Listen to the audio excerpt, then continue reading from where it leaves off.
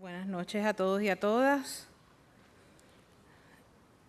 Bienvenidos a la conferencia magistral Lo Público es Nuestro, organizada por el Centro de Periodismo Investigativo. Mi nombre es Carla Minet, directora del CPI, y en el marco del mes de la prensa, les damos la más cordial bienvenida y les agradecemos el continuo apoyo que nos dan siempre y que hoy se manifiesta con su presencia en esta conferencia. Agradecemos también el compromiso y apoyo de nuestra Junta de Directores, algunos de ellos hoy aquí, la licenciada Judith Berkan, Oscar Serrano, Carlos Ramos, Patricia Gutiérrez y Omaya Sosa Pascual, nuestra cofundadora y reciente merecedora del premio Moores Cabot. Aprovechamos para felicitarla de nuevo.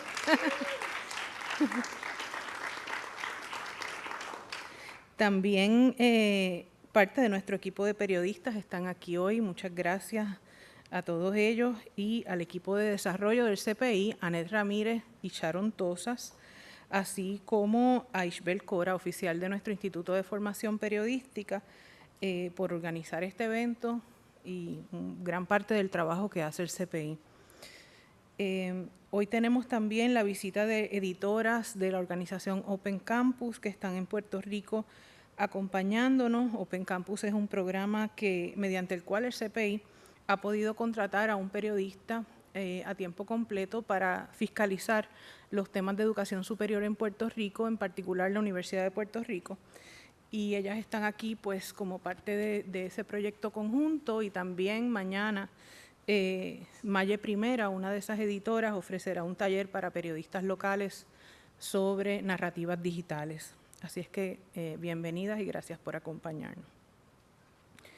Además de hacer investigaciones a profundidad e impacto, el Centro de Periodismo Investigativo, como muchos sabrán, lleva más de una década yendo a los tribunales para lograr acceso a documentos públicos. Esto es parte de su misión y como organización sin fines de lucro, es también un área programática de nuestra organización.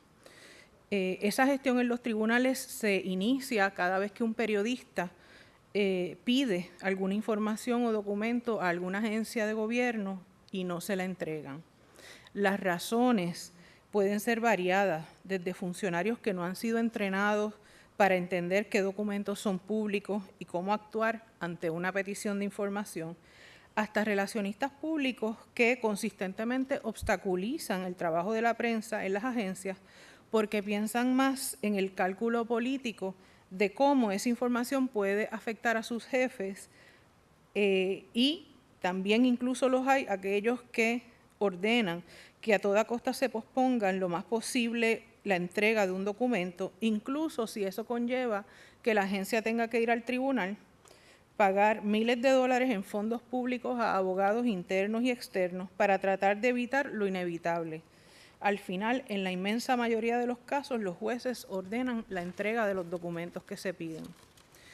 Ese trabajo de representación legal del CPI en los tribunales solo es posible porque casi desde su fundación el CPI encontró un hogar en esta facultad, en la Facultad de Derecho de la Universidad Interamericana. Y el apoyo consistente de esta facultad ha sido crucial para nuestro desarrollo y nuestro crecimiento. A través de su clínica específicamente de representación legal, hemos podido estar representados en los tribunales durante ya más de una década en más de 45 casos que hemos llevado de acceso a la información.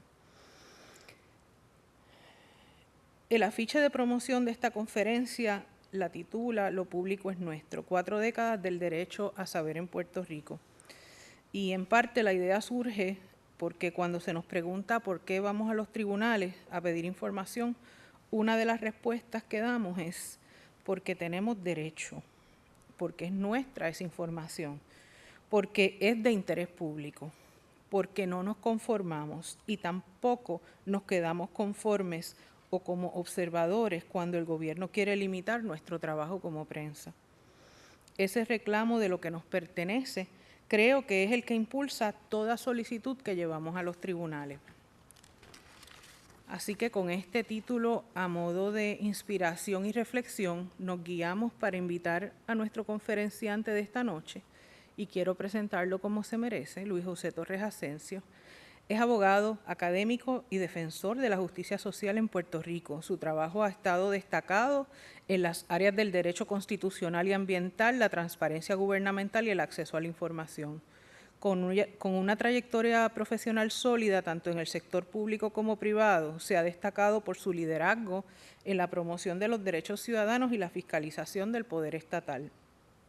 Natural de San Germán, Puerto Rico, Torres Asencio inició su formación académica en la Universidad Interamericana, recinto de San Germán, donde obtuvo su bachillerato en Ciencias Políticas. Posteriormente cursó su Juris Doctor en la Universidad de Puerto Rico y más adelante se graduó con una maestría en Derecho de la Universidad de Harvard, lo que cimentó su base académica y lo lanzó hacia una carrera que ha estado orientada a la transformación social mediante el derecho. En el ámbito profesional sirvió como Procurador General Auxiliar en la Oficina del Procurador General de Puerto Rico y como abogado de la Administración de Fomento Cooperativo. Luego se ha concentrado en litigios sobre asuntos de interés público, incluyendo casos en materia constitucional y administrativa, civil y ambiental, llevados ante foros judiciales y administrativos.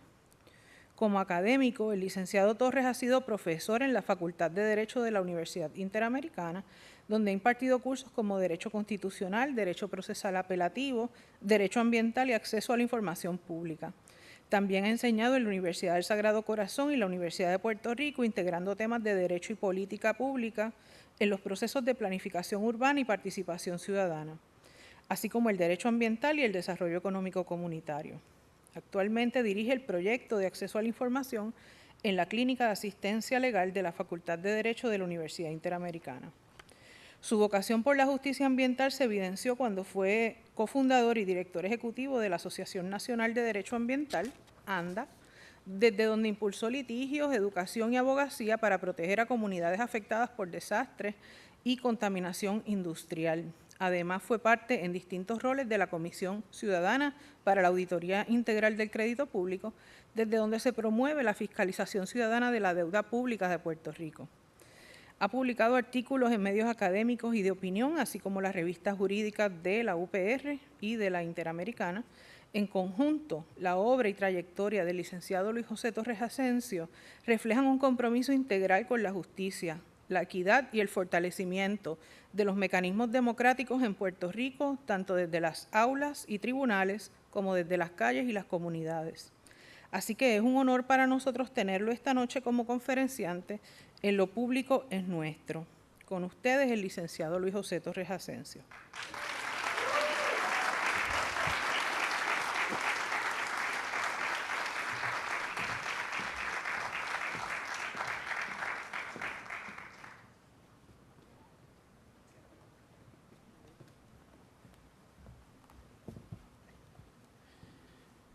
Buenas noches a todas y todos.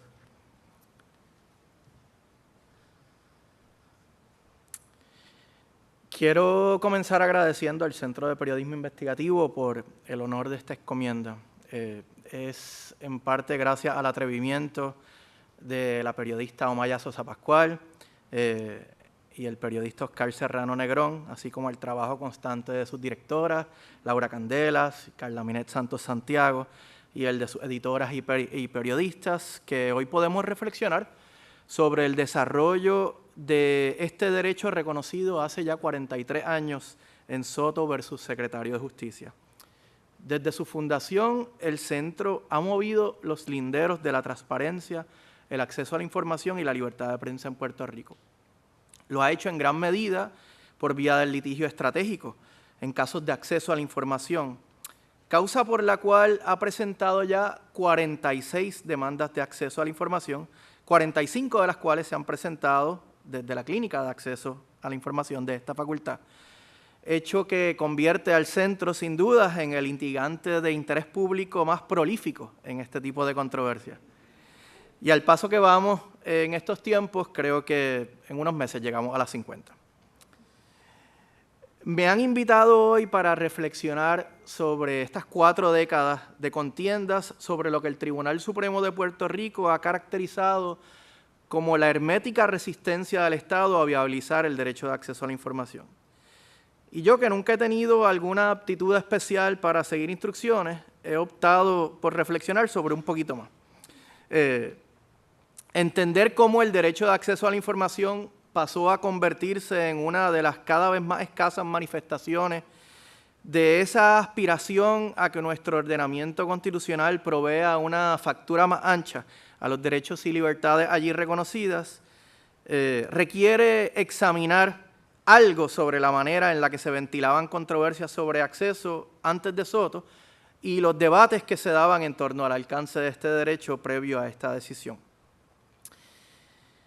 Los litigios de acceso a la información antes del 1982 estaban condicionados por una ley que se aprobó en el 1905, la ley del 9 de marzo del 1905, que luego pasó a convertirse en el Código de Enjuiciamiento Civil del 1933 y que reconocían en un artículo que todo ciudadano tenía derecho a inspeccionar y sacar copia de cualquier documento en Puerto Rico, cualquier documento público de Puerto Rico, salvo lo expresamente dispuesto en contrario por la ley.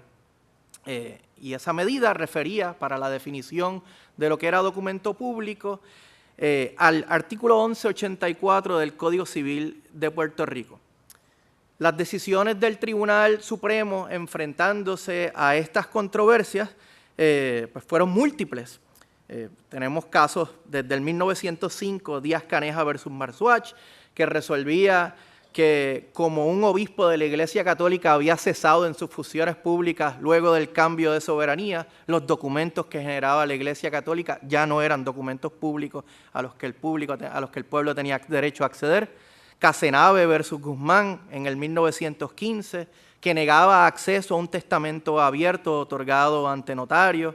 Y los casos más importantes, digamos, que sentaron las bases para las conversaciones modernas sobre el acceso a la información: Prensa Insular versus Cordero, Dávila versus Superintendente de Elecciones y Pueblo versus Tribunal Superior.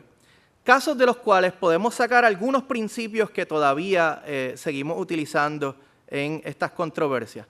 Primero, que el autodemandamus, el recurso que usualmente utilizamos para ventilar estas reclamaciones, es el mecanismo procesal adecuado para reclamar al Estado el acceso a información pública.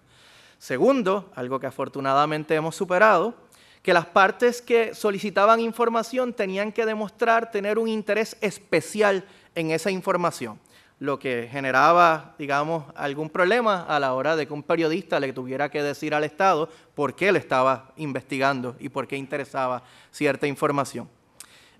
Estos casos también resuelven que el artículo del Código de Enjuiciamiento Civil que les cité era el medio legal de mayor eficacia para proteger el derecho del ciudadano a enterarse de lo que el gobierno hace, y creaba una presunción de acceso a la información obrante en documentos públicos en nuestro ordenamiento, pero que podía rebatirse si el Estado aprobaba una ley, clasificando la información como privada o confidencial, o demostrando que la información estuviera protegida por algún privilegio reconocido en las reglas de evidencia. Eso sí, decía el tribunal, la clasificación tenía que surgir de forma clara y terminante del texto de la ley, por lo que no se reconocían las clasificaciones de confidencialidad por analogía, un principio que todavía reivindicamos y que desafortunadamente todavía tenemos que pelear y enfrentar en el tribunal. En Dávila, el tribunal añade una coletilla que sienta las bases para el reconocimiento eventual de este derecho. Y es que además de clasificar la información como confidencial, las leyes debían responder a un interés social superior en jerarquía, al interés y al deber del Estado de dar acceso a la información. El tribunal todavía no había palabrado que ese derecho gozaba de la máxima protección en nuestro ordenamiento, pero se acercaba a ello.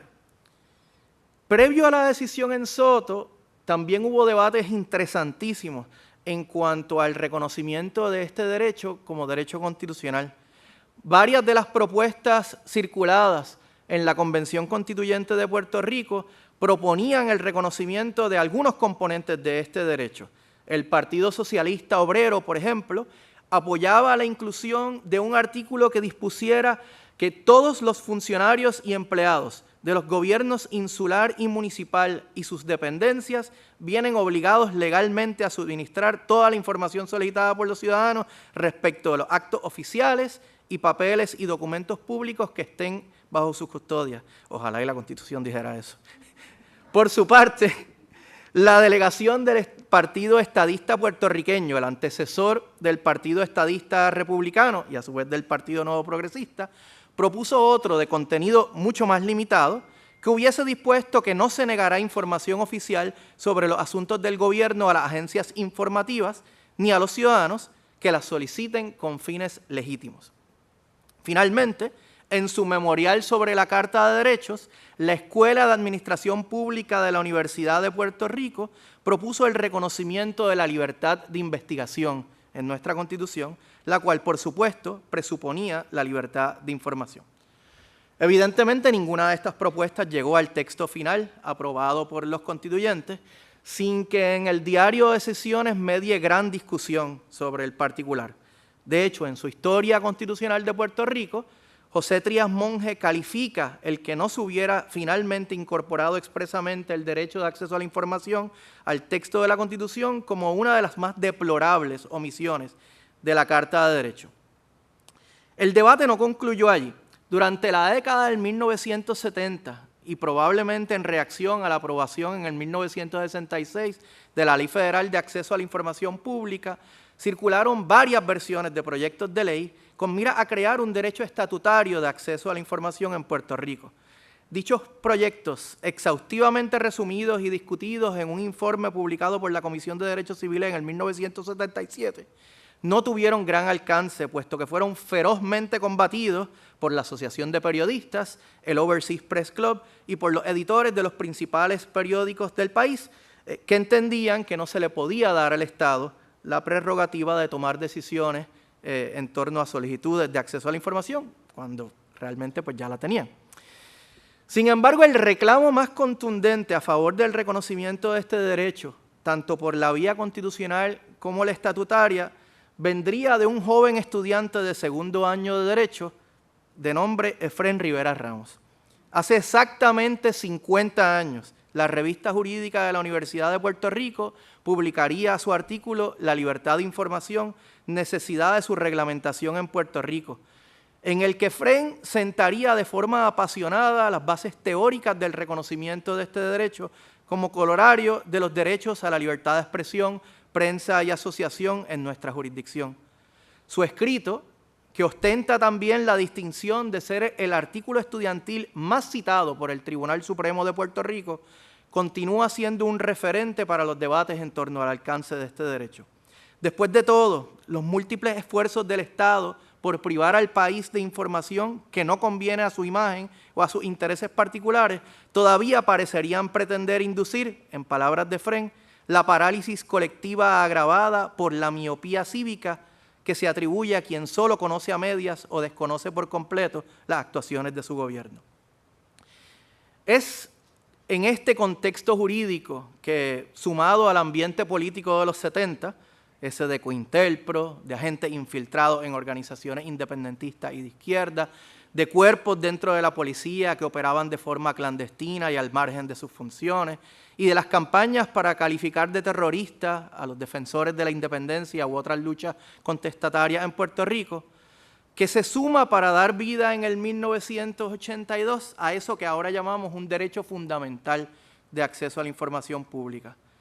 En este sentido, la historia de Soto, así como la trayectoria del derecho de acceso a la información que allí se reconoció, no es meramente la historia de un pueblo que quiere estar informado del quehacer público con mira a insertarse en sus procesos deliberativos, sino que más bien es el reconocimiento de que el acceso a la información, más que un fin en sí mismo, es un vehículo para evitar grandes injusticias o para revelar viles encubrimientos y exigir reparaciones.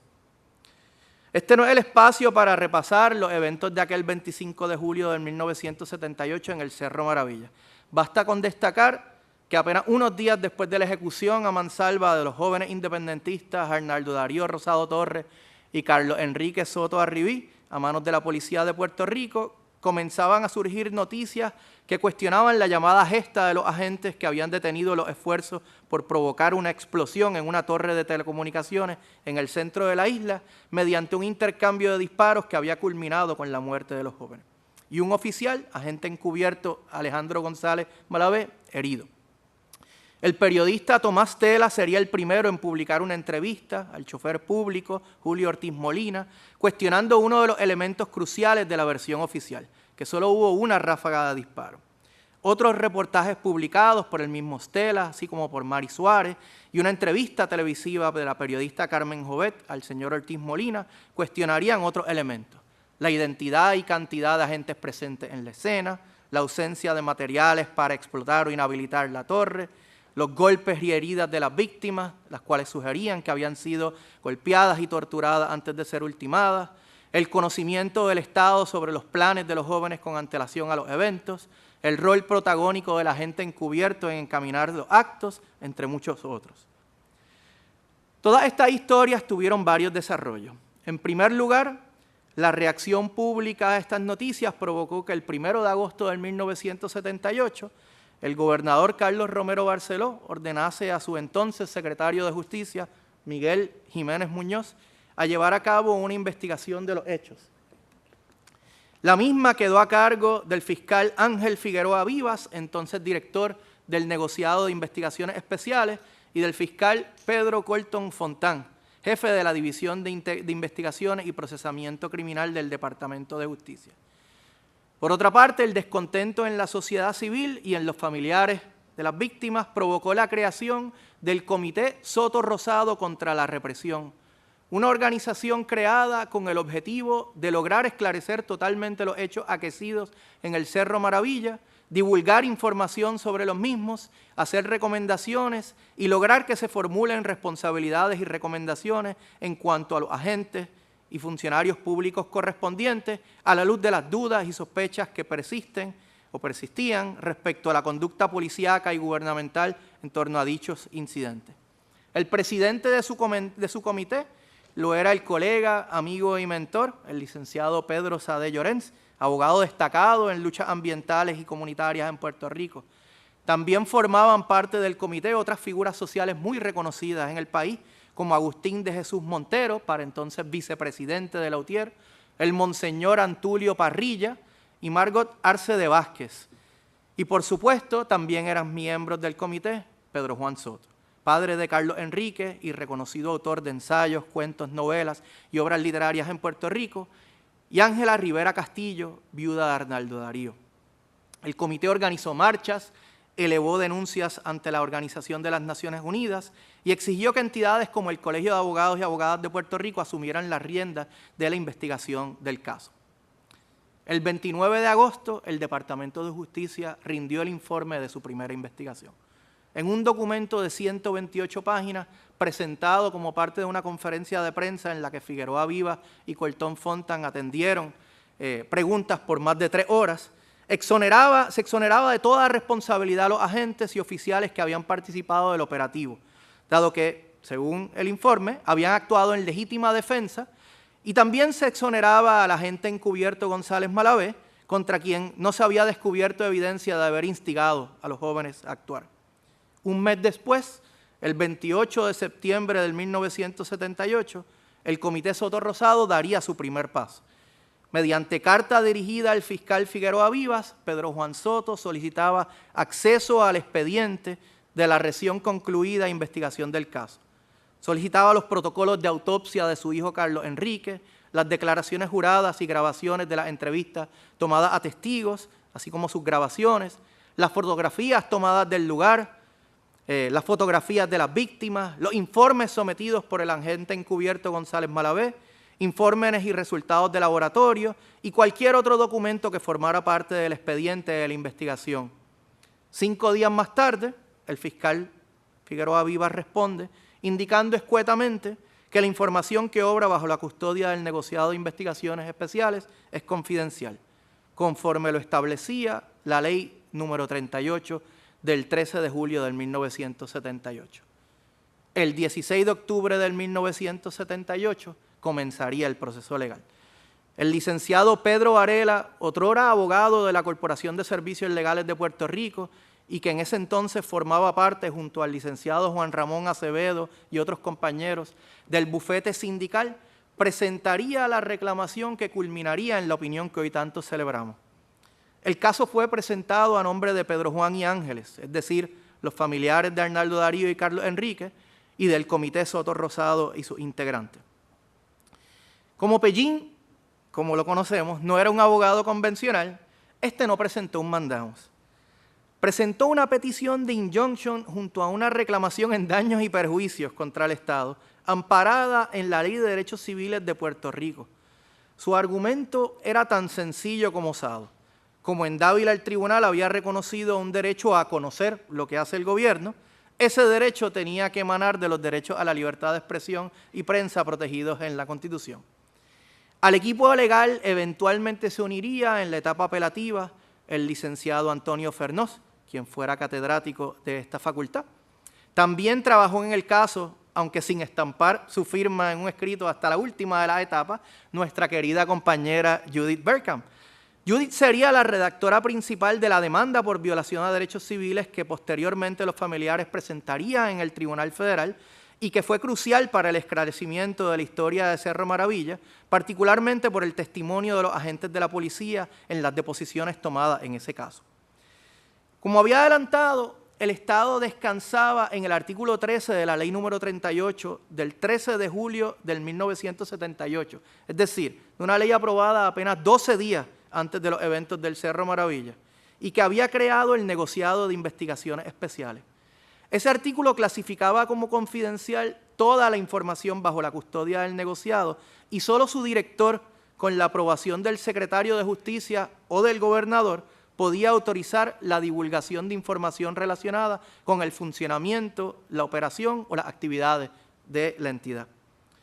Pese a que el gobierno reconocía que había concluido su investigación de los eventos en el Cerro Maravilla el 29 de agosto, el Estado reclamaba tener de todos modos un legítimo interés en proteger la confidencialidad de las actualizaciones y métodos investigativos que lleva a cabo el negociado, interés social en la seguridad social del pueblo puertorriqueño que está sobre los intereses particulares de los demandantes.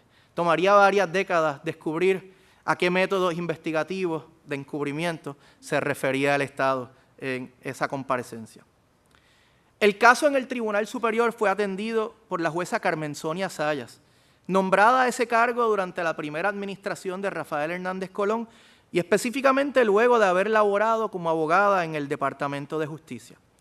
Cabe destacar que eventualmente la jueza pasaría a convertirse en la primera mujer en ocupar el cargo de decana en una facultad de Derecho en Puerto Rico, cuando asumió dicho cargo en el 1982, el mismo año en que se resuelve Soto, en esta facultad.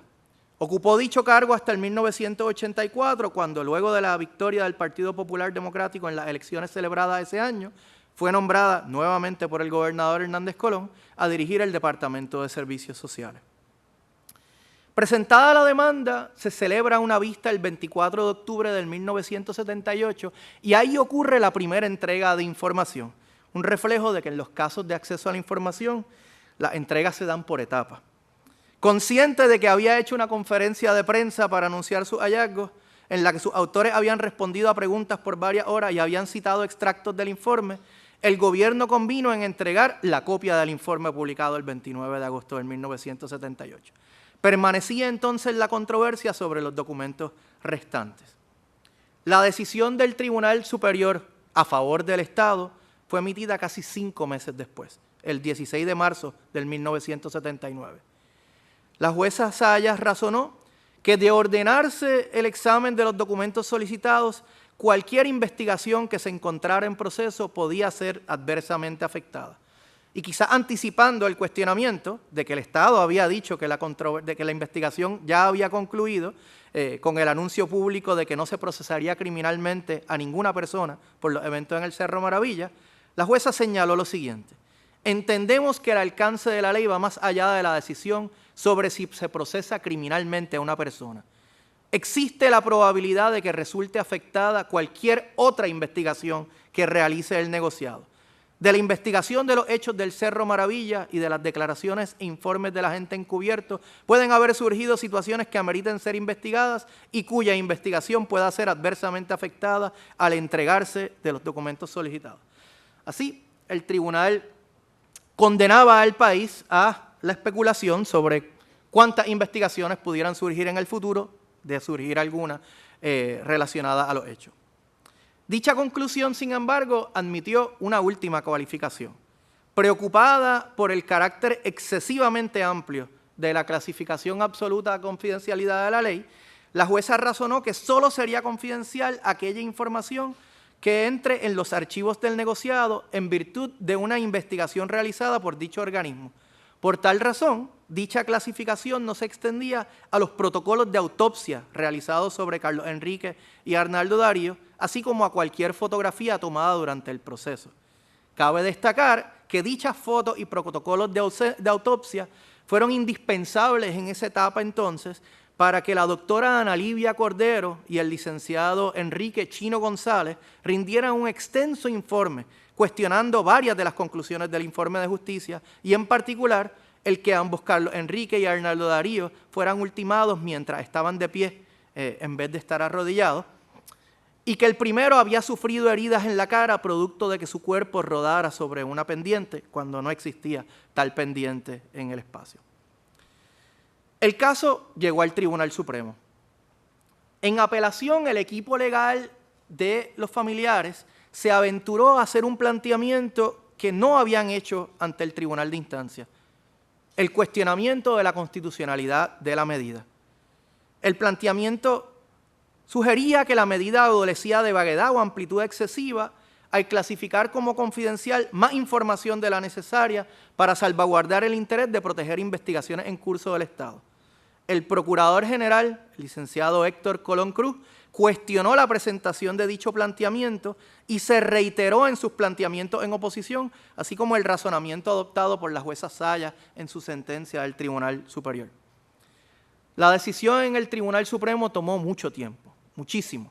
El tribunal tardó casi 3 años en emitir su opinión desde que acogió el caso para resolverlo en mayo del 1979. El porqué de esta demora no admite respuestas concretas, solo especulación. Lo que sí sabemos es que para esa fecha, el 31 de marzo del 1982, ya había comenzado la investigación del Senado sobre los eventos de Cerro Maravilla, en virtud de la resolución del Senado número 91 del 23 de febrero del 1981. De hecho, la opinión del tribunal en Soto se publica mientras arreciaba una disputa en torno a una solicitud de información cursada por la Comisión de lo Jurídico del Senado al entonces superintendente de la policía, Desiderio Cartagena Ortiz. Los entendidos sobre los hechos en Cerro Maravilla también habían cambiado. La versión oficial de la primera investigación de justicia no había envejecido bien. Eran muchas las voces, algunas incluso de agentes de la policía, que no coincidían con lo vertido en el informe. La opinión del tribunal fue emitida por el recientemente fallecido y también excatedrático de esta facultad, el juez Antonio Negrón García. Luego de hacer un extenso relato sobre la información conocida y disponible sobre los eventos en Cerro Maravilla, el tribunal comenzó con su análisis con una expresión que dejaba pocas dudas sobre el resultado. Si en Dávila el tribunal había reconocido un derecho a investigar cómo el gobierno conduce sus asuntos, decía la opinión, el transcurso del tiempo, 2 décadas después, se ha encargado de mostrar la necesidad de refrendar la dimensión constitucional del derecho de acceso a información de la prensa y el público en general. Dicho reconocimiento encontraría su fuente en los derechos a la libertad de expresión, prensa y asociación reconocidos bajo la Constitución de Puerto Rico y que el profesor Rivera Ramos había anticipado en su artículo del 1975. El tribunal apuntó a varios elementos a favor de este reconocimiento. En primer lugar, la opinión hace una lectura quizás un tanto generosa de la jurisprudencia federal sobre el derecho de la prensa y el público a acceder a espacios públicos, tales como a procedimientos judiciales. En las expresiones del Supremo Federal en esos casos, el juez Negrón García encontraba atisbos que le dejaban convencido de que el Tribunal Supremo de Estados Unidos caminaba a paso firme en pos del reconocimiento de un derecho similar al que se estaba reconociendo en Puerto Rico. con el triste beneficio de los pasados 43 años, hoy sabemos que esa predicción nunca se manifestó y que tomaría cambios profundos, no solo en la composición del Tribunal Supremo Federal, sino en la cultura y la doctrina constitucional estadounidense para que ello pueda suceder algún día. El juez Negrón García también destacó la existencia del esquema de análisis de los escrutinios constitucionales para justificar, como cuestión de metodología de adjudicación, elevar el acceso a información al sitial de derecho fundamental.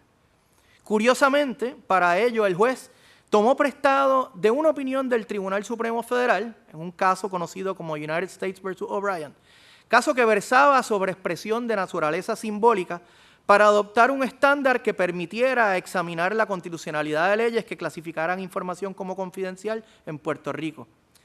La curiosidad estriba en que en O'Brien, un caso que no había sido citado por las partes en el caso, el tribunal había adoptado un estándar de escrutinio intermedio para evaluar interferencias con esa expresión simbólica y no el escrutinio más riguroso, el estricto, empleado ante interferencias con cualquier derecho fundamental.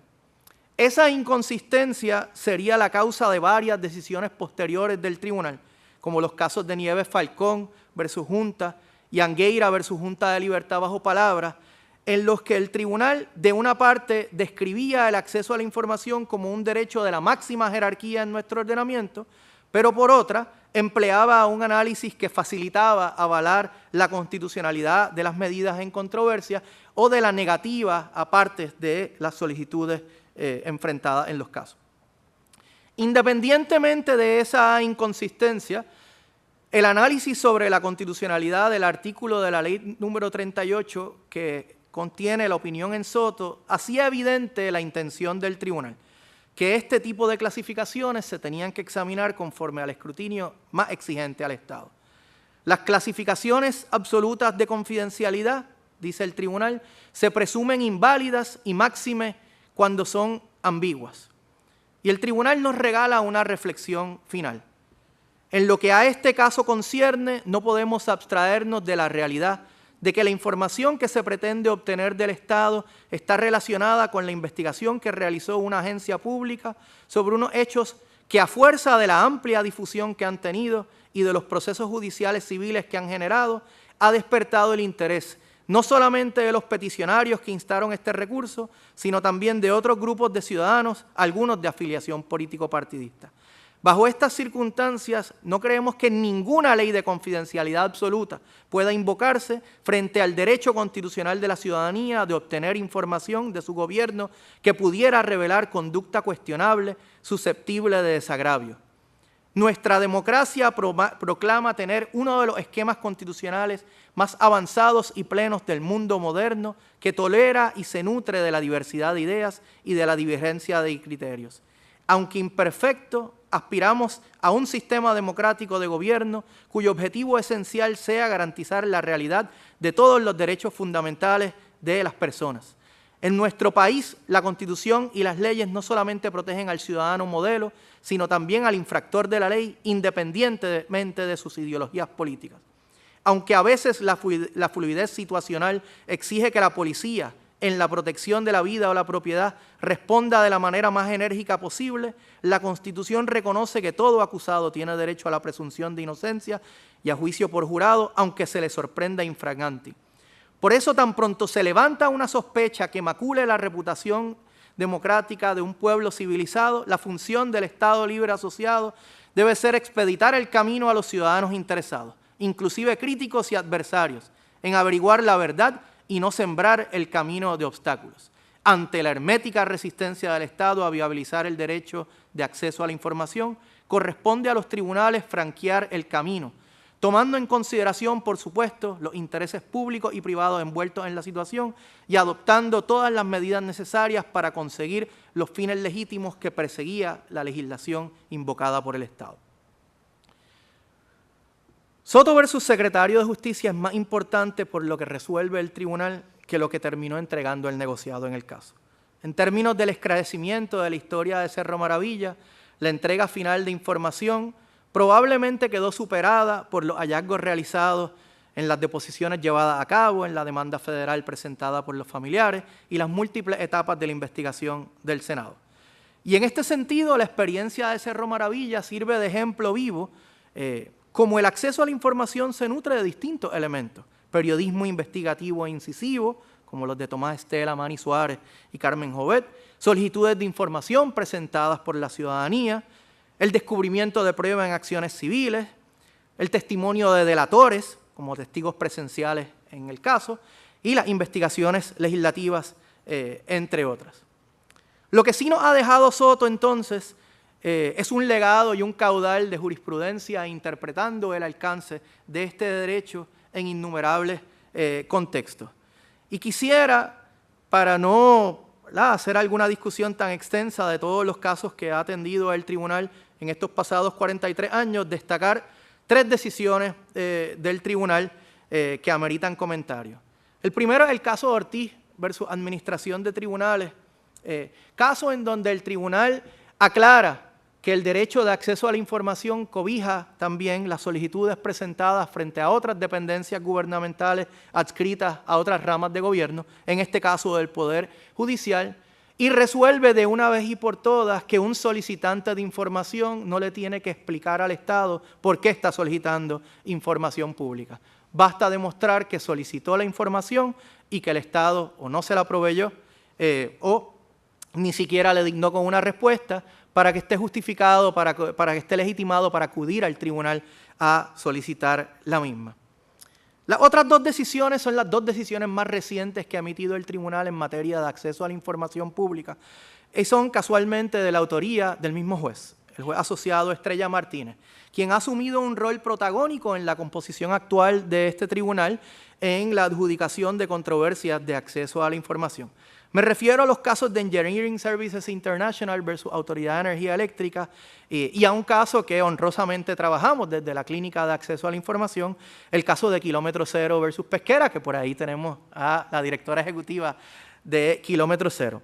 Ambos casos se destacan porque ponen punto final a las inconsistencias que habíamos identificado sobre las expresiones en Soto versus Secretario de Justicia. Resuelven de una vez y por todas que el escrutinio aplicable a cualquier interferencia del Estado con el derecho de acceso a la información es el escrutinio más exigente para el Estado, que presume la inconstitucionalidad de la medida y que requiere que el Estado demuestre que tiene un interés apremiante superior en jerarquía a un derecho de la más alta jerarquía en nuestro ordenamiento, y que no existen mecanismos menos onerosos para viabilizar ese derecho que no requieran suprimir el acceso a la información pública. Kilómetro Cero también versa sobre una solicitud realizada a la Policía de Puerto Rico y relacionada con investigaciones sobre temas que han estado en la palestra pública en las últimas décadas, y es el uso de fuerza por parte de la policía. Así que hay cierta simetría, digamos, a que el reconocimiento del derecho de acceso a la información y la expresión más reciente del derecho de acceso a la información en los tribunales de Puerto Rico se den en controversias relativas al uso excesivo de fuerza por parte de la policía, al extremo de asesinar a mansalva a jóvenes luchadores por la independencia de Puerto Rico o a ciudadanos y ciudadanas que meramente transitan por las vías públicas del país, como ocurre en los múltiples casos que reseña la organización Kilómetro Cero. No podemos culminar una trayectoria por 43 años de acceso a la información y por, las múltiples altas y bajas de este derecho sin mencionar un desarrollo que ocurrió hace 6 años ya.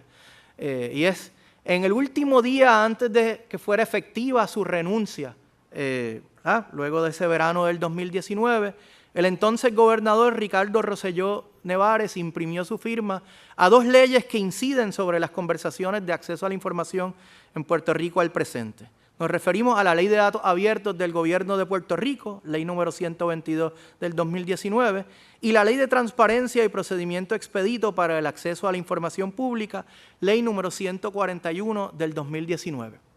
Ambas leyes contaron con un rechazo unánime de todos los sectores sociales que usualmente participan, ¿verdad?, en litigios de acceso a la información pública y, por supuesto, de ambos gremios del periodismo en Puerto Rico y varios periodistas en su capacidad individual. Y no debe sorprender por qué. La ley crea un mecanismo sumamente burocrático para tramitar solicitudes de acceso ante agencias del gobierno de Puerto Rico y supedita incluso las solicitudes de periodistas al manejo y al cómputo de unos términos sumamente onerosos para la tramitación de solicitudes de información que muchas veces el gobierno está anunciando en una conferencia de prensa y se trata de documentos de fácil acceso. Su impacto no se ha visto quizás en términos sustantivos.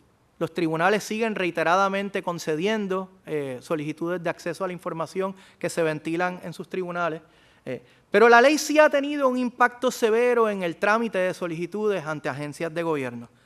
En una base de datos que hemos creado en el proyecto de acceso a la información, de todas las solicitudes de información presentadas desde que el proyecto existe en el 2009 hasta el presente, y de casos que culminaron en el tribunal, antes de la Ley 141 del 2019, las agencias contestaban más solicitudes de información, un 47.6% de las solicitudes, nada digno de celebración, que lo que contestan al presente en estos 6 años de vigencia de la Ley 141. Solamente una tercera parte de las solicitudes de información presentadas por solicitantes recibe una respuesta, y esa respuesta puede ser simplemente un mero acuse de recibo. Algo que también ha desmejorado es el tiempo, la demora que tarda el Estado en responder a solicitudes de información. Pese a que antes de la Ley 141 no existía un término dentro del cual el Estado tenía que responder a una solicitud, antes de la Ley 141 el Estado se tardaba menos tiempo, en promedio 26 días, de lo que se tarda ahora, en promedio casi 40 días, 39.2, en responder a una solicitud de información o hacer una entrega parcial o total de esa información, pese a que la ley solamente dispone 2 términos de 10 días laborables para un máximo de 20 días laborables para trabajar esa solicitud. Otro fenómeno importante en los últimos 6 años de litigio de la Ley 141 se da en la parte a la que nos estamos enfrentando en litigios de acceso a la información.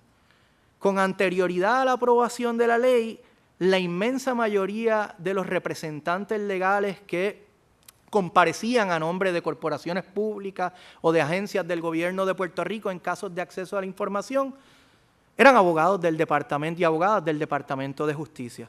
2/3 partes de los casos presentados por el proyecto fueron manejados, antes de la Ley 141, fueron manejados por abogados de ese departamento. Y solamente 1/3 parte de esos abogados eran abogados contratados, contratistas de la agencia. Al presente, esos números han cambiado significativamente. El 50% de los litigios que tramitamos en el proyecto ahora se enfrentan al otro lado a abogados que tienen una relación contractual con el Estado y que no son empleados del Departamento de Justicia.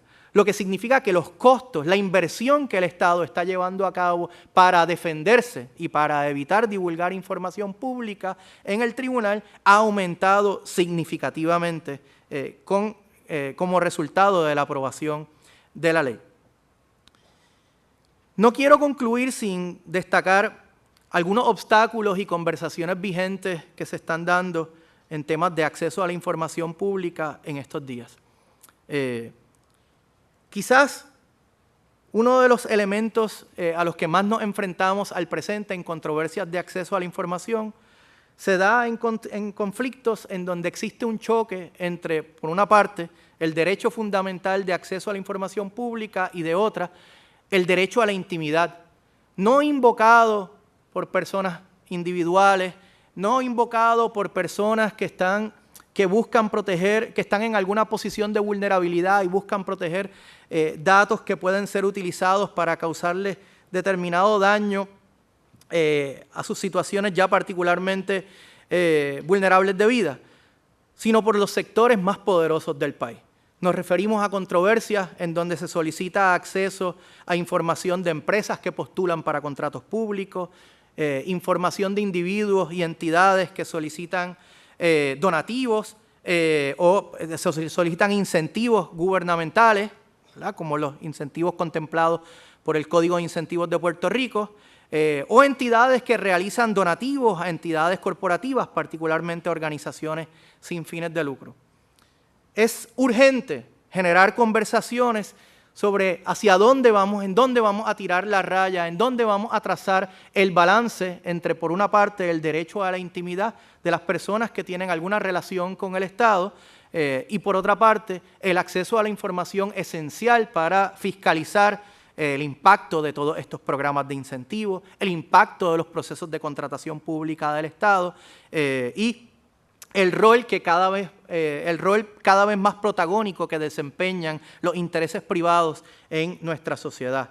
Un proyecto de la autoría de la administración de turno, el proyecto del Senado 63, incide sobre esos temas al pretender clasificar como confidencial la base de datos sobre causas de muerte que ha elaborado el Registro Demográfico de Puerto Rico y que ha sido objeto de hasta 7 demandas presentadas por el proyecto en representación del Centro de Periodismo Investigativo, Kilómetro Cero y otras entidades, y cuya información ha sido esencial para visibilizar precisamente los múltiples desvaríos de la mortalidad en Puerto Rico, sea asociada a fenómenos como los huracanes Irma y María, a terremotos, a la pandemia del COVID, o en el caso de Kilómetro Cero, a los usos excesivos de la fuerza por parte del Estado. Ese fenómeno también se manifiesta en el contexto de las solicitudes de información presentadas ante entidades privadas. Hablamos del acceso a información pública, pero olvidamos que cuando hablamos de información pública nos referimos también a información en manos de entidades que han asumido funciones públicas como resultado de su relación con el Estado. Ese fenómeno lo vemos en los procesos de privatización, particularmente relacionados a nuestra generación energética, pero en otros contextos también. Lo vemos en el contexto medioambiental, cuando se ha autorizado a la figura de profesionales autorizados a emitir permisos bajo nuestra ley de permisos. Y lo vemos sobre todo también con el paradigma de la subcontratación pública, mediante el cual empresas que no serían elegibles para tener contratos con el Estado, de todas maneras participan de esquemas con fondos públicos por una relación privada con una entidad que se llevó la buena pro en una subasta o en un requerimiento de propuestas. Vivimos tiempos alarmantes. En Puerto Rico, en Estados Unidos y en muchas partes del mundo, los gobernantes han perdido su interés en debatir sus políticas y proyectos. Cada vez son menos frecuentes las comparecencias públicas en las que responden a preguntas de ciudadanos y ciudadanas o periodistas, optando en cambio por crear espacios controlados de comunicaciones, sea en redes sociales o mediante plataformas que limitan o no permiten la participación y la fiscalización ciudadana. No lo hacen porque están actuando conforme a una fórmula de gobierno que no admite debate, solo quiere imponer los resultados de su fuerza política. Y aun cuando comparecen a espacios en donde responden a preguntas, muchas veces se excluyen e ignoran a periodistas comprometidos con la fiscalización del quehacer público en beneficio de personas que perciben como aliados o aliadas de la administración. Ante este cuadro, hoy más que nunca, el acceso a la información es indispensable para combatir no solo la opacidad gubernamental, sino su pretensión de que este derecho quede supeditado a sus relaciones públicas. Sin acceso a la información, no hubiésemos tenido elementos para cuestionar la cantidad de muertes informadas por el Estado, asociadas al paso del huracán María. Sin acceso a la información, no tendríamos elementos para cuestionar la representación que hace el Estado sobre los impactos y beneficios de las leyes 20 y 22 en Puerto Rico. Sin acceso a la información, Kilómetro Cero no podría documentar el uso de la fuerza por parte de la policía. Sin acceso a la información, Sembrando Sentido no podría documentar los múltiples excesos en el gasto público y los sistemas de banderas rojas que ha identificado para todos los componentes de la contratación pública en este país. Y sin acceso a la información, todavía nos estaríamos preguntando qué pasó en el Cerro Maravilla. Muchas gracias.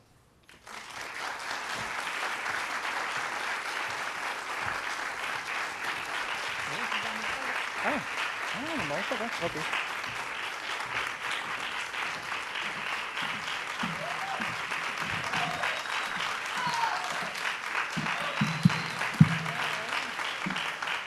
Ni tanto, ni tanto. Bueno, a ver si esto está prendido. Hola. Sí. Gracias, Luis. Muchas gracias por ese repaso tan importante. Estaba bien deseosa de escucharlo. Ajá. Sí, porque pienso que aunque para nosotros en el centro y en la clínica, el equipo que trabaja con la clínica, es tan común hablar de estos temas, siento que no es tan expuestos, la ciudadanía no ha estado tan expuesta a estas conversaciones y a esta información, así que creo que es una aportación muy valiosa, así que muchas gracias. Quiero recordarles a la gente que les entregamos unas tarjetas en blanco por si alguien quiere enviar preguntas o comentarios. Anet los está recogiendo por allá y Sharon por acá, así que los pueden hacer llegar. Pero en lo que eso pasa, yo tengo unas cositas. Zumba. Yo creo que es interesante para la gente conocer del trabajo que hacen tú y el equipo de la clínica en términos de la experiencia de trabajar con los periodistas del CPI específicamente, que estoy segura que ha sido un deleite. Y quizás sea interesante para nuestra audiencia escuchar cuáles son los retos principales específicamente de trabajar con el CPI. A calzón quitado. ¿A calzón quitado? Sí, dale. No, yo creo que los retos de trabajar con el CPI bueno, primero hay unos elementos que son muy afines a trabajar con cualquier solicitante de información. Cuando cualquier persona llega a la clínica, pues ya llega con un bagaje, ¿verdad? Y unas frustraciones en el trámite de una solicitud de información ante una agencia que condiciona su relación con esa agencia y condiciona todo lo que va a ocurrir con posterioridad. Así que como abogados y abogadas, ¿verdad? Y eso, pues por aquí está Judith, todos los días tenemos que lidiar con esa frustración y transmitir la realidad de que tenemos un sistema de justicia que se va a demorar en lo que resuelve estas controversias y que hay que aclarar, o sea, hay que decir que a estas controversias se le tramita de manera especial.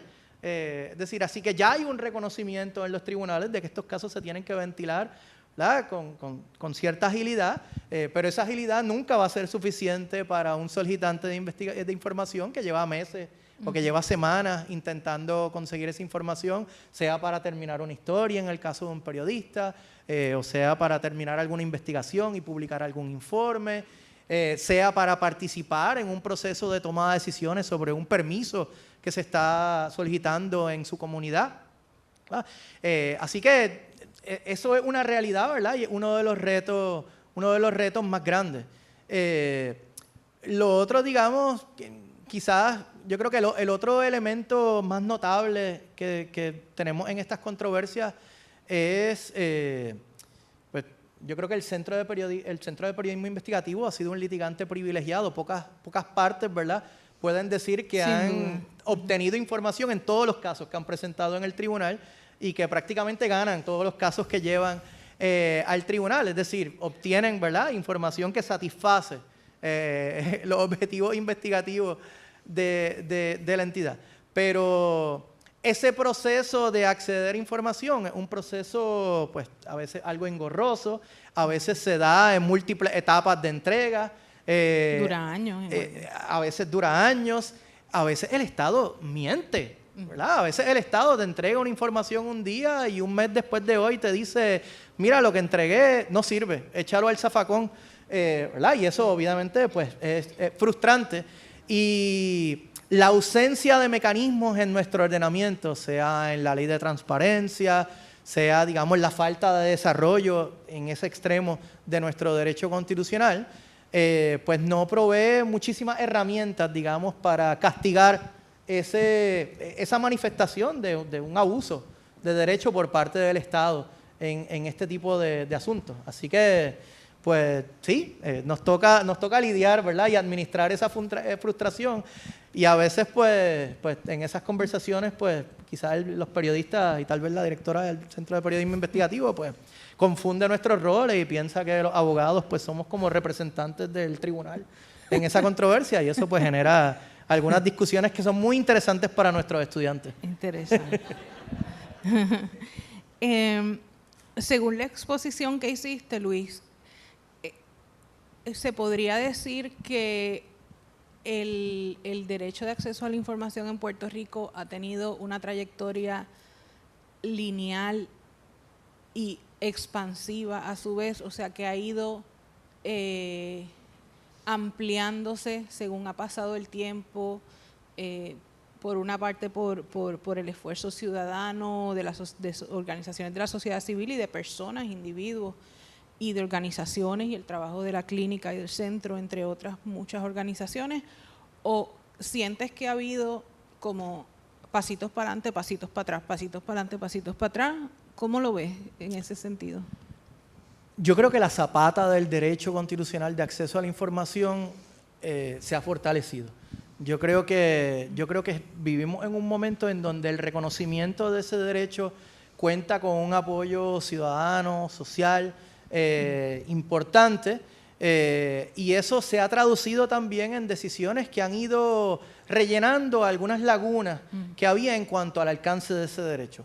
Ahora, eso no significa que el acceso efectivo a información haya mejorado, por el contrario. Si algo, creo que ha empeorado, pero ha empeorado no, ¿verdad?, a costa o como resultado de la pérdida de ese derecho, sino como resultado de los esfuerzos cada vez más extremos, ¿verdad?, del Estado en limitar ese derecho, sea en simplemente no contestar una solicitud de información y obligar entonces al solicitante a tener que acudir al tribunal, y bueno, pues no todo el mundo consigue un abogado o una abogada que le lleve, o no todo el mundo, digamos, conoce el proceso para acudir por derecho propio al tribunal, o no todo el mundo tiene el tiempo para hacerlo. Así que eso es una victoria efectiva para un Estado que cree ¿verdad?, o que cree en la opacidad, o que quiere poner muchas trabas al acceso a la información, simplemente no contestar, o simplemente negar el acceso efectivo, aunque sabe que tiene que entregarlo, porque lo otro, en nuestro ordenamiento no hay un esquema sancionador para los rechazos del acceso a la información. Mencioné en mi presentación, hemos tenido que demandar en 7 ocasiones distintas al registro demográfico para acceder a la misma categoría de información, la base de datos de causas de muerte que genera ese registro.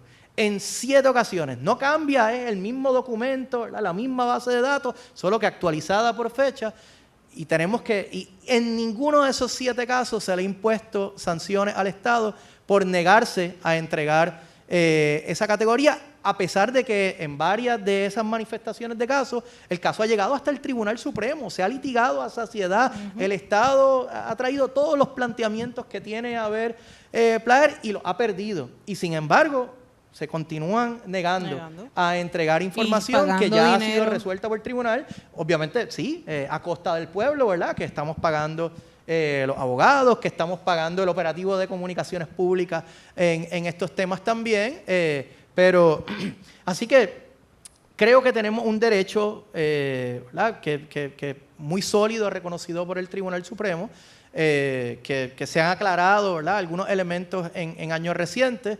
Habrá que ver, digamos, de qué manera, si alguna, la entrada de 2 nuevos integrantes al Tribunal Supremo provocará algún cambio, alguna reflexión del tribunal en esos temas, ¿verdad? Todavía esa composición del tribunal no se ha expresado, pero por lo menos hasta la última me parece que sí.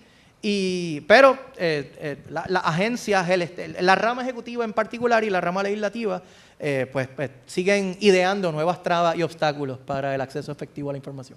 ¿Y la judicial? Y la judicial, ciertamente que, bueno, claro, ese es el gran asterisco de estas conversaciones. Pese a que mencioné que en el caso de Ortiz el tribunal reconoció que en efecto el acceso a la información le aplica a ellos también, pues el Poder Judicial se ha comportado, digamos, como un ente público excepcional. Es la única dependencia gubernamental que le exige a un solicitante de información, como le pasó al periodista Oscar Serrano hace unos años, tener que justificar por qué quiere acceder a ciertas categorías de documentos, ¿verdad? Como son los informes económicos que presentan los jueces y juezas ¿verdad? al tribunal. Y no solo eso, ¿verdad? Sino que recientemente las decisiones sobre el caso de la joven Andrea Cruz pues manifestaron también, digamos, pese a que la ley 54 no utiliza la palabra confidencial, no clasifica expresamente como confidenciales las grabaciones de esas vistas, el tribunal y que el estándar que emplea el tribunal sobre acceso a tribunales, es decir, sobre acceso a procedimientos judiciales, parte de la premisa de la naturaleza pública de esos procedimientos, el tribunal adoptó un criterio y un esquema de análisis muy laxo para resolver que esas grabaciones de esas vistas eran confidenciales. Así que hay un excepcionalismo del Poder Judicial que definitivamente es problemático en estos temas. Un poco enganchando con algo que mencionabas hace un momento y que yo creo que quizás trasciende el tema específico de Ley 141 y de acceso a la información, pero está dentro del ámbito de la libertad de prensa. Pregunta a una persona de la audiencia cómo se afronta el hecho de que ahora el gobierno controla el acceso a información cuando de manera arbitraria instruye a sus jefes de agencia sobre a qué medios o programas acudir o dar o contestar preguntas y a cuáles no. Yo creo que, ¿verdad? Un poco quise concluir con una reflexión o con unas expresiones en esa dirección, porque son manifestaciones que se han dado en otros tiempos, ¿no? Sabemos de las campañas de boicot contra periodistas de Claridad, por ejemplo. Precisamente en las vistas del Senado de Cerro Maravilla, un asesor en inteligencia, Aaron Katz, hablaba de la necesidad de ganar la batalla propagandística. ¿Verdad? Y eso significaba también cultivar relaciones con ciertos medios de prensa, pero ciertamente, y esto lo decía también en un foro que se celebró hace unos días en la jornada de la prensa de la Asociación de Periodistas, ¿verdad? Hay un fenómeno al presente, ¿verdad? Es decir, ya el periodista o la periodista no es un elemento indispensable para el funcionario de gobierno que quiere transmitir un mensaje. Ahora tiene redes sociales, ahora tiene otros espacios de comunicación y eso, ¿verdad? Sumado, digamos, a la renuencia y a la resistencia natural a tener que dar cara y responder, pues ha provocado que se den esas dinámicas. Pasó con la reciente exclusión del periodista de prensa asociada por parte de la administración Trump, por la changuería de ¿verdad? No llamar al Golfo de México como prefiere el presidente. ¿Y ha estado pasando aquí en Puerto Rico? Y ha estado pasando aquí en Puerto Rico con distintos periodistas de algunos medios, entre ellos El Centro, ¿verdad? Que no reciben las convocatorias para prensa o simplemente pues se enfrentan, digamos, a una negativa absoluta, digamos, a conceder entrevistas, etcétera.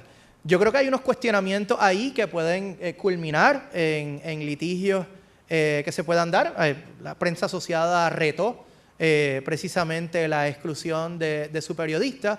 Se trata de un tema, desafortunadamente, en donde no albergo todas las esperanzas del mundo sobre nuestras instituciones de gobierno en este frente. De hecho, el Tribunal de Apelaciones para el Circuito del Distrito de Columbia recientemente dejó sin efecto una orden ¿verdad? Que requería que se volviera a sentar al periodista de prensa asociada.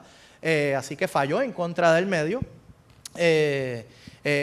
Pero la denuncia tiene que hacerse y bueno, y un poco y en el foro del sábado lo que invitaba era a la solidaridad del gremio. Lo que invitaba era la necesidad de que los periodistas se comporten como un verdadero gremio y se defiendan precisamente de ese tipo de ataques y desarrollen estrategias colectivas y también se hagan la pregunta sobre si el medio y el espacio, si el taller de trabajo le está dando las protecciones adecuadas cuando se enfrentan a ese tipo de ataques, ¿verdad? Porque ese es otro elemento que se da con frecuencia aquí. Y en términos estratégicos quizás pensar en estrategias de solicitudes de información que puedan entonces compensar esa falta de acceso al funcionario o a contestar preguntas. Puede ser una estrategia viable. Bueno, vamos a ver en qué orden, son muchas preguntas. ¿Qué se puede hacer, verdad? ¿Qué podemos hacer los que estamos aquí o los que vean esta conferencia como individuos o como colectivos también, verdad? Como partes de grupos, organizaciones, para adelantar el tema del acceso a la información en Puerto Rico hoy en día? Hoy, ¿qué podemos hacer mañana, pasado, en las próximas semanas o meses? Acciones concretas que la gente pueda visualizar, sobre las cuales puede actuar a nivel individual. Yo creo que, y en ese foro del sábado también lo mencionaba, vivimos en tiempos en donde las conquistas de derechos que pensábamos, digamos, que ya estaban arraigadas en nuestro ordenamiento y que no se veían amenazadas, pues se están viendo cuestionadas, ¿verdad? Desde una institucionalidad conservadora. Así que, ¿verdad? Y un poco, no quiero decir que esta es la única razón por la que ello ha ocurrido, ¿verdad? El análisis es multifactorial y depende también, digamos, de qué derechos estamos hablando. Pero en el contexto de las libertades de expresión y prensa y el acceso a la información pública, digamos, es imperativo, digamos, regresar estos temas a la conversación pública. Regresar a conversar sobre por qué es esencial para cualquier régimen, cualquier sistema que se haga llamar o que aspira a ser democrático, con todas las salvaguardas que se pueda hacer sobre la idea de vivir en una democracia, en un régimen que tiene una relación como la que tenemos con los Estados Unidos, ¿verdad? Y particularmente ante las decisiones que no nos permiten ni siquiera solicitar información a la Junta de Control Fiscal, o por lo menos nos permiten solicitarla, pero no acudir al tribunal. Pero es necesario entonces, digamos, que tras estos derechos exija un pueblo dispuesto a defenderlo, ¿verdad? Y por eso foros como este, espacios de discusión pública en donde se destaque la importancia de estos derechos son esenciales. Lo otro es, pues los derechos hay que usarlos, ¿verdad? Así que, pues la protesta está para que se haga, ¿verdad? Y para que se defienda luego.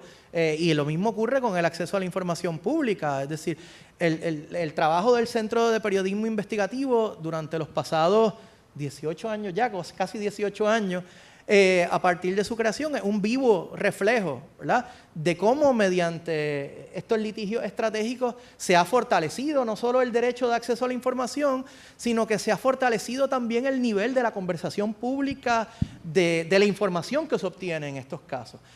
Así que pues, la exhortación es, vamos a usar estos derechos. Y pues contamos con un proyecto, aquí estoy haciendo mi promoción gratuita, ¿verdad? Contamos con un proyecto clínico que tiene las puertas abiertas precisamente para dar apoyo en esta facultad a cualquier solicitante de información, ¿verdad? Que no sean solo prensa. Claro, no meramente a periodistas y no meramente periodistas del Centro de Periodismo Investigativo, como a Carla le gustaría decir, sino en lo absoluto. A periodistas de distintos medios. Ya hemos trabajado con ellos, a investigadores, académicos, activistas, ¿verdad? Hemos representado varias y siempre tenemos las puertas abiertas para trabajar y acompañar esos procesos. Perfecto. Voy a enganchar con algo que mencionaste de nuevo, porque hay una pregunta relacionada, y es sobre la Junta de Control Fiscal. Bueno, son dos tópicos. Uno, por una parte, se relaciona con la documentación o la fiscalización y el acceso a los documentos de la Junta de Control Fiscal, y la decisión pues que tuvo el CPI en el caso ante el Tribunal Supremo Federal. Y bueno, y voy a aprovechar, ¿verdad?, con el breaking news de hoy de la renuncia de ¿verdad?, de los despidos de integrantes de la Junta. Y digamos que no quisiera ni siquiera plantearte los posibles escenarios que hay ante eso que ha ocurrido hoy, sino ir a un escenario bien específico y quizás visualizar es ese momento en que la Junta se fue. ¿Qué implica eso, verdad, en términos del acceso a la información en Puerto Rico, dado la experiencia que hemos tenido con la Junta en los últimos años? ¿Qué puede implicar un escenario así en el que o no se nombran nuevos miembros de la Junta o la Junta en efecto se fuera? Bueno, una pregunta compuesta. Voy a hablar del Puerto Rico como es ahora y como, no sé, ¿verdad?, por cuánto tiempo más será, pero ¿verdad?, el Puerto Rico como una Junta. El panorama ciertamente para obtener información en manos de la Junta de Control Fiscal pues es particularmente retante como resultado de la decisión del Tribunal, de la festinada decisión del Tribunal Supremo de Estados Unidos en este tema, pues que digamos, en entrar a un debate ¿verdad?, sobre muy técnico-jurídico, ¿no?, sobre si se cumplen con los requisitos para abrogar la soberanía, la inmunidad soberana que el tribunal asume tiene el Estado Libre Asociado de Puerto Rico, se olvida la controversia principal del caso, ¿verdad?, que esto es un caso de acceso a la información en manos de una entidad adscrita al gobierno de Puerto Rico, ¿verdad?, un caso en donde se estaba solicitando información del gobierno de Puerto Rico o de una entidad pública, y el resultado del caso es que nadie puede acudir al tribunal para solicitar información de esa entidad. O sea, ni el presidente de los Estados Unidos puede presumir, digamos, de tanto poder en cuanto a ese extremo, ¿verdad?, en esta materia. Eso no quiere decir, sin embargo, que toda la información que genera la Junta de Control Fiscal no sea susceptible de ser alcanzada. La misma experiencia de este caso es un buen ejemplo. El Centro de Periodismo Investigativo demandó a la Junta y ese mismo día presentó una demanda contra el gobernador de Puerto Rico, y en ambas demandas estaba pidiendo, ¿verdad?, componentes similares de información, es decir, las comunicaciones que la Junta tenía con el gobierno de Puerto Rico y la información que el gobierno de Puerto Rico le estaba remitiendo a la Junta y lo que le estaba exigiendo a la Junta.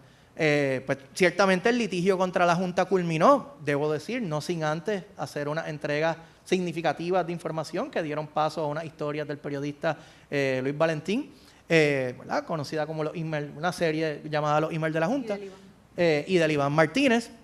Pero el caso contra el gobernador de Puerto Rico continuó al extremo que todavía está vivo, está ahora mismo en el Tribunal Supremo de Puerto Rico, y ha arrojado frutos. Es decir, se han hecho decenas de miles de entregas de correos electrónicos, cartas, comunicaciones entre el gobierno de Puerto Rico y la Junta de Supervisión Fiscal. ¿Por qué? Porque la información estaba copiada en un correo electrónico ¿verdad?, o en una dependencia del gobierno de Puerto Rico. Así que en la medida, por ejemplo, que hay conversaciones sobre la elaboración de planes fiscales entre una dependencia del gobierno de Puerto Rico y la Junta de Control Fiscal, en la medida en la que hay conversaciones sobre la elaboración del presupuesto de Puerto Rico que tiene que ser certificado por la Junta, en la medida en la que hay conversaciones no privilegiadas sobre los borradores de acuerdos de reestructuración o cualquier otra instancia, digamos, de medidas requeridas que se implementen por parte de la Junta con agencias del gobierno de Puerto Rico, pues hay un camino, se cerró una puerta para conseguir esa información, pero todavía queda la puerta del Estado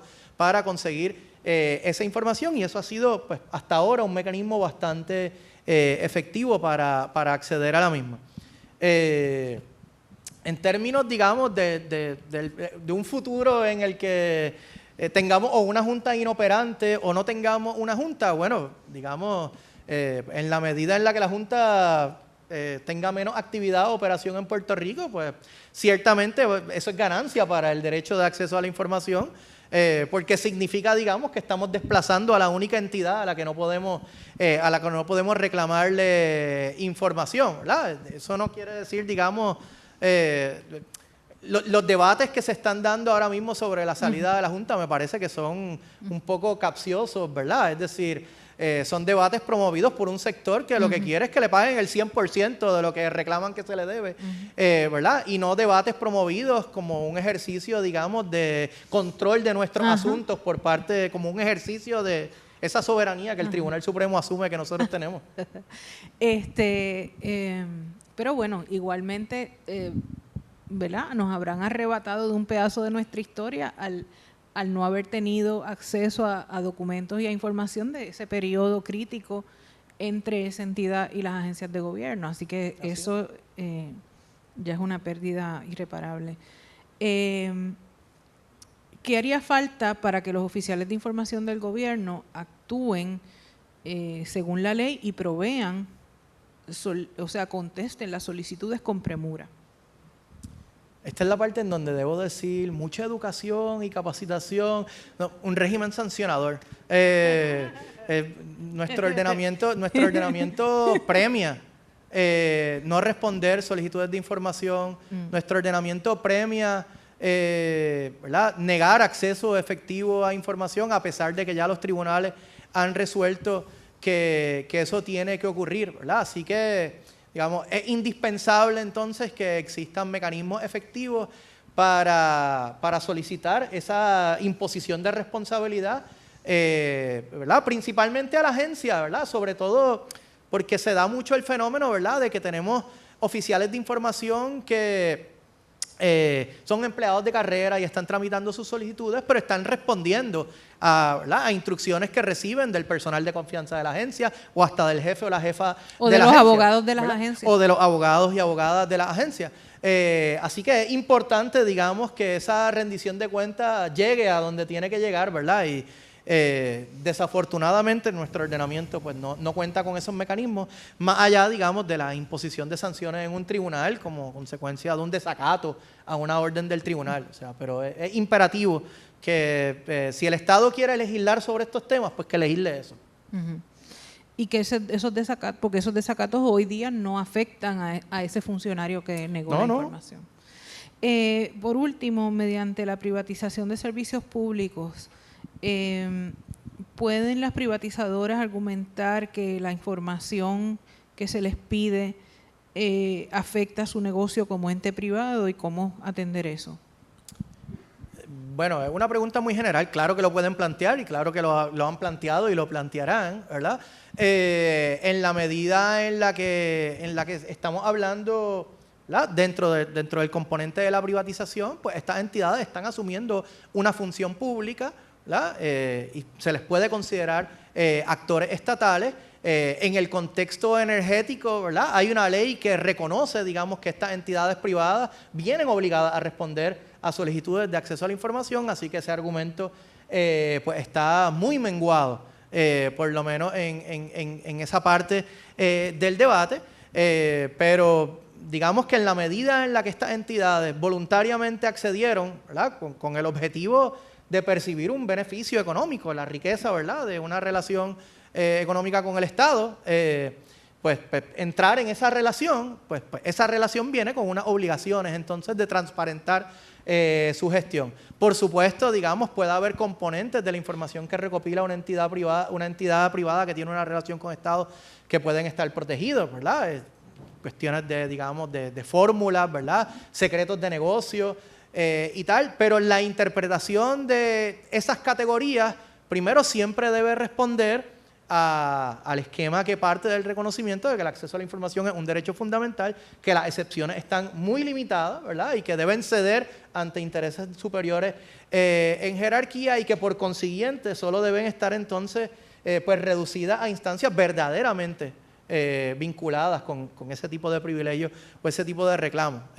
Pero, digamos, en los casos que hemos enfrentado en la clínica, sea del centro o de otras entidades, hemos demandado a Luma, hemos recibido información de parte de Luma, hemos presentado demandas que son contra entidades públicas como el Departamento de Desarrollo Económico y Comercio, pero que conciernen información de terceros, como los informes ¿verdad?, que someten los inversionistas, individuos residentes e inversionistas, y en todos esos casos los tribunales han fallado a favor de la divulgación de información, así que no debemos cohibirnos de solicitar información a esas entidades y creo que es tiempo también de empezar a retar las premisas de que los subcontratos deben ser privados también. Es decir, hay que continuar, digamos, en la medida en la que esa relación está subvencionada con fondos públicos, es imperativo entonces también.